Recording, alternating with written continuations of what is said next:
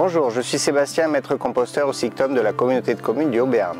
Savez-vous que près de la moitié de notre poubelle d'ordures ménagères est composée de déchets compostables? Le compostage est le meilleur moyen de réduire nos déchets. Dans cette vidéo, je vais vous montrer comment réussir votre compost.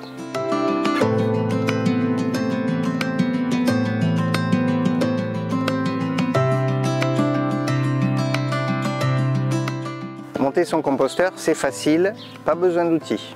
Pour assembler mon composteur, je défais d'abord les liens. Ensuite, je sépare les différentes pièces en mettant de côté les tiges. Je dispose les éléments au sol. Je fais coïncider les charnières des parois et j'insère les tiges. Les tiges avec anneaux doivent être l'une à côté de l'autre pour recevoir le capot. J'insère 3 tiges avant de relever le composteur. Pour terminer, je relève mon composteur et j'insère la dernière tige. Je place le capot, j'installe le loquet et mon composteur est prêt.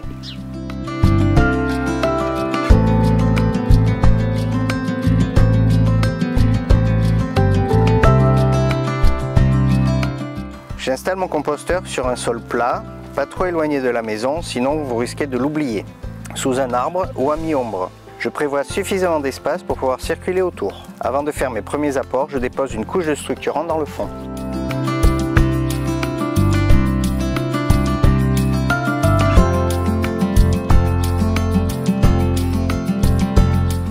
Avant de démarrer mes apports, j'ai préparé mon stock de structurants. Idéalement du broyat de branches qui permettra d'obtenir un compost aéré, équilibré et sans odeur. Si vous disposez d'un broyeur, vous pourrez stocker votre propre broyat. Sinon, vous pouvez vous en procurer gratuitement en vous renseignant auprès du SICTOM. Vous êtes prêt pour démarrer votre compost.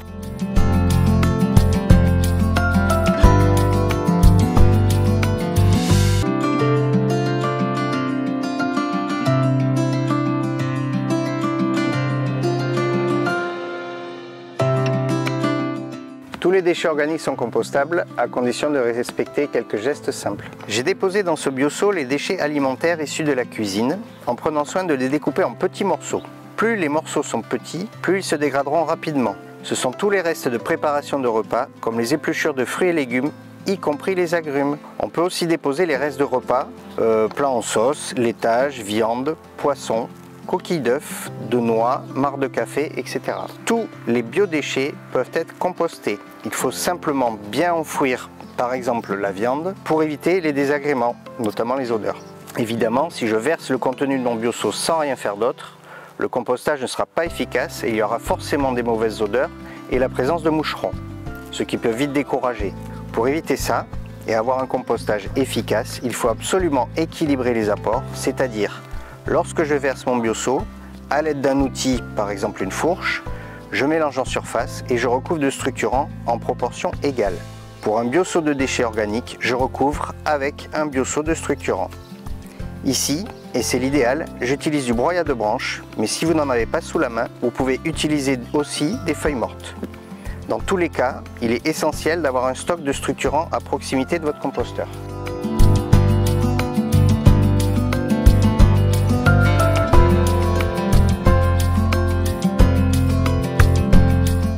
Le structurant, c'est par exemple du broyat de branches ou des feuilles mortes. Ce sont des matières riches en carbone. Le carbone tient un rôle indispensable dans la réussite du compost parce qu'il permet une bonne oxygénation, il est nécessaire à l'activité bactérienne et il assure l'équilibre azote-carbone comme dans la litière de la forêt. On peut aussi déposer d'autres déchets comme le papier absorbant, les boîtes d'œufs, des sacs en craft, rouleaux de papier toilette, coton-tige, aujourd'hui la tige est en carton, des fleurs fanées, de la litière végétale d'animaux, mais il est important de mettre du broyat de branches.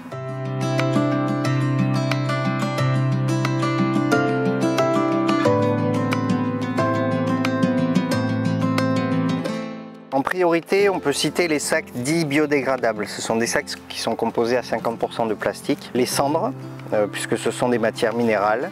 La tonte d'herbe, le chien-dent, parce que ce sont des plantes qui pourraient proliférer dans le jardin. Des branches non broyées, des coquilles d'huîtres, et d'une manière générale, tout ce qui n'est pas organique.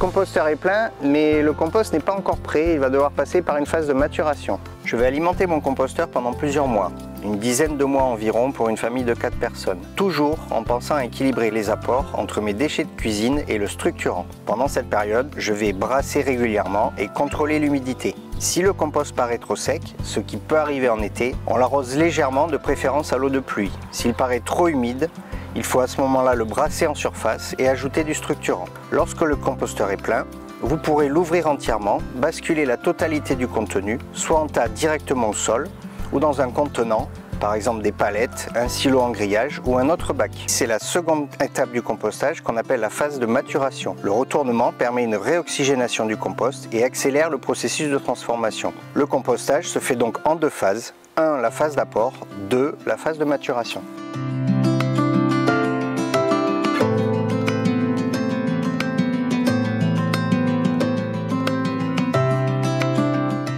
D'abord, un compost mûr, il est homogène, on ne reconnaît plus les apports, il ressemble à un terreau très foncé avec une bonne odeur d'humus, il y a presque plus de verre. Pour l'utiliser au jardin, 2 solutions, je l'utilise tel quel en paillage, inutile de l'enfouir. Je peux obtenir aussi un compost plus fin en le tamisant à l'aide du cagette en plastique.